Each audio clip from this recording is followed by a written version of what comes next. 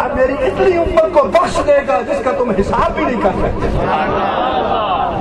جس کا تم حساب ہی نہیں لگا سکتے۔ آج میرے رب کی رحمت اتنا قریب ہے، اتنا قریب ہے، اتنا قریب ہے۔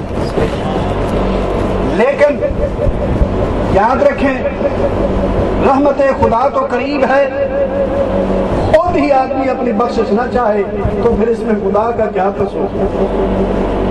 یہ تو اسی طرح ہے نا کہ کوئی شخص صبح جب لوگ اٹھے تو لوگوں نے کہا بھئی آج رات کمال کی بارش ہوئی ہے، بڑی بارش ہوئی، شور مچا ہوا، گلیوں میں پانی، علاقوں میں پانی پانی۔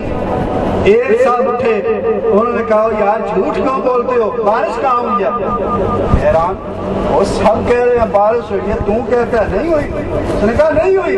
کہا تیرے پاس کیا ثبوت ہے؟ کہنے لگا میرا پیالہ ساری رات باہر پڑا رہا، اس میں ایک قطرہ پانی کا نہیں ہے، اور ہے بھی کھلے آسمان میں، کوئی اس کے اوپر چیز ہائے نہیں ہے جو اس کے اوپر آسمان اور اس کے درمیان ہائے ہو، کھلے آسمان میں وہ پڑا ہوا تھا، ساری رات باہر رہا، ایک قطرہ پانی کا اس کے اندر نہیں ہے، بارش نہیں ہوئی۔ لوگ حیران یہ کیسا پیالہ ہے، بات بڑھتی نہیں بڑھتی، کچھ عقل مندوں نے کہا چل یار تیرا پیالہ دیکھیں تو صحیح وہ کہاں پڑا ہوا ہے، جا کر دیکھا وہ پیالہ الٹا پڑا ہوا تھا۔ لوگوں نے کہا خدا کا بندہ بارش تو ہوتی رہی ہے، یہ قصور بارش کا نہیں تیرے پیالے کا قصور ہے، اگر تو پیالہ سیدھا رکھتا یہ ایک پیالہ کیا تیرے سارے پتھر ختم ہو جاتے، بارش پھر بھی ختم نہ ہوتی۔ میرے محترم سامعین، آج کی رات اللہ کی رحمت تو برس رہی ہے، بارش سے بھی تیز برس رہی ہے، لیکن آج ہمارا اپنا ہی پیالہ الٹا پڑا ہوا ہو تو پھر صبح کچھ نہ ملے تو اس میں ہمارا ہی قصور ہے، رحمت خدا کا تو اس میں قصور نہیں ہے۔ اپنا پیالہ آج کی رات سیدھا کریں۔ اب ہمارا پیالہ کیا ہے دیکھیں، رب ذوالجلال نے ارشاد فرمایا کہ کچھ ایسے بھی جرم ہیں آج کی اس رات کے اندر بھی خدا معاف نہیں کرتا۔ ہے بڑی برکت والی رات، بڑی عظمت والی رات ہے، بولے ہے یا نہیں ہے؟ اونچا بولنا ہے، اونچا۔ آج کی رات برکت والی ہے یا نہیں ہے؟ لیکن اس برکت والی رات کے اندر بھی کچھ ایسے لوگ ہیں جن کی بخشش نہیں ہوگی، وہ مجرم کے مجرم ہی رہیں گے، ان کا پیالہ سیدھا نہیں ہے، الٹا ہی پڑا ہوا ہے۔ وہ خوش فہمی میں تو ضرور ہوں گے کیا رات ہم بخشے جائیں گے۔ سنیں آج کی رات بے شک عظمت والی ہے، عبادات اس میں کرنی چاہیے۔ ایسے شخص ہیں کہ جو رات بھر نوافل پڑھتے رہے، درود پڑھتے رہیں، دعائیں مانگتے رہیں، تلاوت کرتے رہیں، سب کچھ کریں، باوجود اس کے ساری رات اگر ایک ہی سجدے کے اندر سر رکھ کر گزار دے پھر بھی ان کی بخشش نہیں ہوگی۔ یہ سبحان اللہ کا موقع نہیں ہے، استغفر اللہ کا موقع ہے۔ ساری رات اگر وہ سجدے کے اندر گزارے باوجود اس کے پھر بھی ایسے شخص کی بخشش نہیں ہے، پھر کتنا وہ بد نصیب انسان ہوگا۔ بولے ہوگا یا نہیں ہوگا؟ اب ہم نے دیکھنا ہے وہ کون ہے۔ حضرات محترم، اب دیکھ میں بس چند ایک آپ کے سامنے رکھ دیتا ہوں کیونکہ وقت اتنا ہی ہے، اسی کے اوپر گفتگو کر کے اپنی بات ختم کرتا ہوں۔ یاد رکھیں جھوٹ بولنے والا جو آتی ہے نا، آتی ہے جھوٹ بولنے کا آتی، جسے ہم سمجھتے ہیں کچھ نہیں ہے، ہمارے نزدیک جو گناہ ہے ہی نہیں، رات دیر جھوٹ بولے جاتے ہیں۔ آپ کو پتا یہ کتنا بڑا جرم ہے؟ یہ وہ جرم ہے جس جرم نے شیطان لعین کو جنت سے نکال کر باہر پھینکا۔ تفصیل لمبی ہے، میں صرف اشارہ کروں کہ اس نے وہ جھوٹی قسم کھائی تھی، آدم علیہ السلام سے کہنے لگا آپ کو یہ کہا گیا ہے اللہ کی طرف سے کہ اس درخت کے قریب نہ جانا، یہ تو نہیں کہا گیا کھانا نہیں ہے، تو لا میں دیتا ہوں کھا آپ لے۔ جس نے یہ جھوٹ بول رہا تھا پھر جنت کے اندر موجود تھا۔ یاد رکھیں یہ بات سمجھنے والی ہے، کہاں وہ موجود تھا اس وقت؟ جب اونچا آپ نہیں بولتے تو میرا ارادہ وہی بس کرنے کا ہو جاتا ہے۔ شیطان کہاں تھا؟ جنت کے اندر موجود تھا، لیکن جھوٹ بولا، اس نے جھوٹی قسم کھائی تھی تو اسے جنت سے باہر پھینکا گیا، قیامت تک لعنتیں بھیجی گئی۔ اب بتائیں، ہم تو زمین پہ ہیں، ابھی جنت میں گئے نہیں، ہم پھر جھوٹ بولنے والے کیسے وہاں جا سکتے ہیں؟ وہ ایسی پاکیزہ جگہ ہے جو وہاں جھوٹ بولنے اس سے بھی باہر پھینک دیا جاتا ہے۔ تو جس کی عادت ہے جھوٹ بولنا، وہ جنت کا دروازہ کیسے دیکھ لے گا؟ اس کے لیے جنت کا دروازہ پھر بند کر دیا جاتا ہے۔ اللہ جل جلالہ نے ویسے اس کے اوپر بہت طویل گفتگو کی، میں ایک اشارہ کروں آیت کی طرف۔ اللہ جل جلالہ نے ارشاد فرمایا فی قلوبہم مرض فزادہم اللہ مرضا وَلَهُمْ عَذَابٌ عَلِيمٌ بِمَا كَانُوا يَكْذِبُونَ۔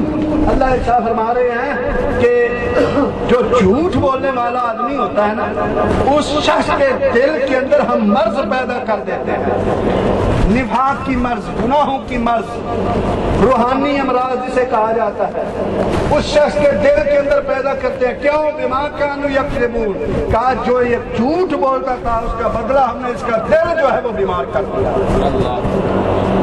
اور جس کا دل خدا بیمار کر دے،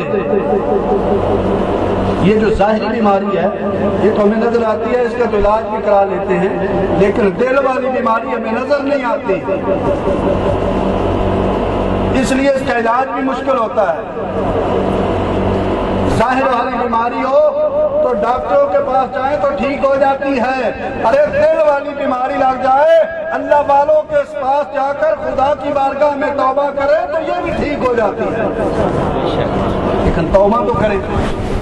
فی قلوبہم مرض فزادہم اللہ مرضا، اللہ ارشاد فرما رہا ہے میں جھوٹے کے دل میں مرض بڑھا دیتا ہوں، اور اس کی مرض پھر بڑھتی جاتی ہے اگر توبہ نہ کرے۔ اور ایک حدیث پاک میں نبی رحمت صلی اللہ علیہ وسلم نے یہاں تک ارشاد فرمایا، اللہ کے محبوب صلی اللہ علیہ وسلم نے ارشاد فرمایا کہ جو جھوٹ بولنے والا جب جھوٹ بولتا ہے نا تو جو فرشتہ اس کے ساتھ ہوتا ہے وہ فرشتہ 1 میل کی مسافت تک اس سے دور بھاگ جاتا ہے۔ وہ جو رحمت والا فرشتہ ہوتا ہے، وہ رحمت والا فرشتہ اس جھوٹے آدمی سے 1 میل کی مسافت تک دور چلا جاتا ہے۔ وہ یوں کہہ سکتے ہیں، آسان لفظوں میں یوں کہا جا سکتا ہے، جھوٹے آدمی کے پاس 1 میل دور تک خدا کی رحمت چلی جاتی ہے، اس کے قریب بھی نہیں آتی۔ ہماری پوری عادت بن گئی ہے بات بات کے اوپر جھوٹ بولنا، سامان بیچنا ہے تو جھوٹ بولنا، خریدنا ہے تو جھوٹ بولنا، بات کرنی ہے تو جھوٹ بولنا۔ بلکہ افسوس، حد افسوس، کافر تو کافر تھے ہی، مسلمانوں بھی انہی کی مسلمان بھی تقلید کرنا شروع ہو گئے۔ اب تو سرکاری طور پر ایسے دن رکھ دیے گئے ہیں جس دن کہا جاتا ہے جھوٹ جتنا دل میں بول دو کوئی جرم ہے ہی نہیں، اسے جرم تسلیم نہیں کیا جاتا۔ اس دن کہتے ہیں ہم ایک دوسرے کو پاگل بنا رہے ہیں، اس پاگل پن میں اگر کسی کی موت ہو جائے کوئی اس کے اوپر ایکشن لینے کے لیے تیار نہیں۔ کیا یہی انسانیت ہے؟ جھوٹ بولنے کی تعلیم دینا، کیا یہ انسانیت ہے؟ یہ تعلیم ہے؟ حضرات محترم، جھوٹا آدمی دنیا میں بھی مردود ہے، جھوٹا آدمی میدان محشر میں بھی مردود ہے۔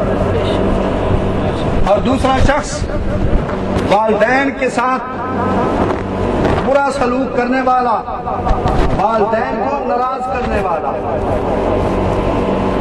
نبی رحمت صلی اللہ علیہ وسلم نے ایک حدیث پاک کے اندر ارشاد فرمایا، ایک صحابی آئے اللہ کے محبوب صلی اللہ علیہ وسلم کی بارگاہ میں، عرض کی یا رسول اللہ صلی اللہ علیہ وسلم میں جہاد کے لیے جانا چاہتا ہوں، مجھے اجازت دے دیں۔ فرمایا تیری ماں زندہ ہے؟ عرض کی ہاں یا رسول اللہ زندہ ہے۔ فرمایا جا اس کی خدمت کر، جہاد سے بڑھ کر ثواب مل جائے۔ نہ ماں کی خدمت کر، ماں بوڑھی ہے اس کی خدمت کر، جہاد سے بھی بڑھ کر ثواب ملے گا۔ جہاد کے یعنی جو گھر میں ماں کی خدمت کرے گا ثواب ہو پائے گا۔ آج ہم نے دیکھنا ہے بیوی کی فرمائش آ جائے ادھار بھی لے کر پوری کریں گے، بچوں کی فرمائش آ جائے ادھار بھی لیں گے پوری کریں گے، ماں باپ کی فرمائش آ جائے تو یار کل تک جتنے پیسے ہوں میں ادھر کتوں لے آواں، ابھی تو بیٹے تھے، پچھلے مہینے تو ابا اتنے دیا، میں نے کوئی فیکٹری تو نہیں لگائی ہوئی، کوئی ماں کی باری آئی، باپ کی باری آئی، ہے ہی کچھ نہیں، بیوی کہے تو سب کچھ ہے، اولاد کہے تو سب کچھ ہے، کیا یہی والدین کا حق ادا کرنا؟ حالانکہ نبی رحمت صلی اللہ علیہ وسلم ایک حدیث پاک میں ارشاد فرماتے ہیں کہ جس شخص کے والدین جب وہ صبح اٹھا، رات کو سویا اور صبح اٹھا، جب وہ صبح اٹھا تو اس کے والدین اس کے ساتھ راضی، اگر دونوں راضی ہیں تو اس کے لیے اسی وقت اللہ دو جنت کے دروازے کھول دیتا ہے۔ اگر ایک موجود تھا یعنی ماں یا باپ تو ایک دروازہ کھل جاتا ہے، اور اگر صبح اٹھا ماں باپ ناراض ہیں تو اس کے لیے اللہ پھر جہنم کے دو دروازے کھول دیتا ہے۔ اگر ایک ہے تو ایک کھلے گا، دو ہے تو دو کھلے گا۔ اب ہم نے دیکھنا ہے کہ ہمارے لیے جنت کے دروازے کھلے یا جہنم کے دروازے کھلے۔ یارو کیوں نہیں اس سے بات آرام سے سمجھ آتی کہ ماں باپ راضی ہو جائیں تو خدا بھی راضی ہو جاتا ہے، خدا راضی تب بھی ہوتا ہے ماں باپ راضی ہو، اور خدا نے بالکل واضح ارشاد فرمایا لَقَدْ مِيثَاقَ بَنِي إِسْرَائِيلَ لَا تَعْبُدُونَ إِلَّا اللَّهَ وَبِالْوَالِدَيْنِ إِحْسَانًا۔ اے لوگو، اللہ کی عبادت کرنا، شرک نہ کرنا، شرک نہ کرنا، اور والدین کے ساتھ میری عبادت کرنا اور والدین کے ساتھ احسان کرنا۔ اپنی عبادت کے بعد کسی اور چیز کا ذکر نہیں کیا، نماز، روزے، حج، زکات، خیرات، صدقات، کسی کا ذکر نہیں، سیدھا والدین کا ذکر کیوں کیا؟ تا بتانا یہی چاہتا ہوں، عبادت اسی کی قبول ہوگی جس کے والدین اس کے ساتھ راضی ہوں گے۔ اور اسی طرح تیسرے نمبر پر یتیم، جسے ہم سمجھتے ہی کچھ نہیں ہے۔ حضرات محترم، یتیم کے ساتھ ظلم کرنے والا، کسی غریب کے ساتھ ظلم کرنے والا، وہ شخص ظالم بھی آج کی رات بخشا نہیں جائے گا، ظلم کرنے والا۔ لیکن یتیم کے لیے خصوصی طور پر یاد رکھیں، نبی رحمت صلی اللہ علیہ وسلم نے ایک حدیث پاک میں ارشاد فرمایا کہ یتیم جب کوئی کھانا کھانے لگتا ہے تو یتیم کو دور کر دیتا ہے تو اللہ جل جلالہ اس سے ناراض ہو جاتا ہے، اور اگر وہ یتیم کو کھانا کھلا دے تو اللہ اس کے لیے جنت کو واجب کر دیتا ہے۔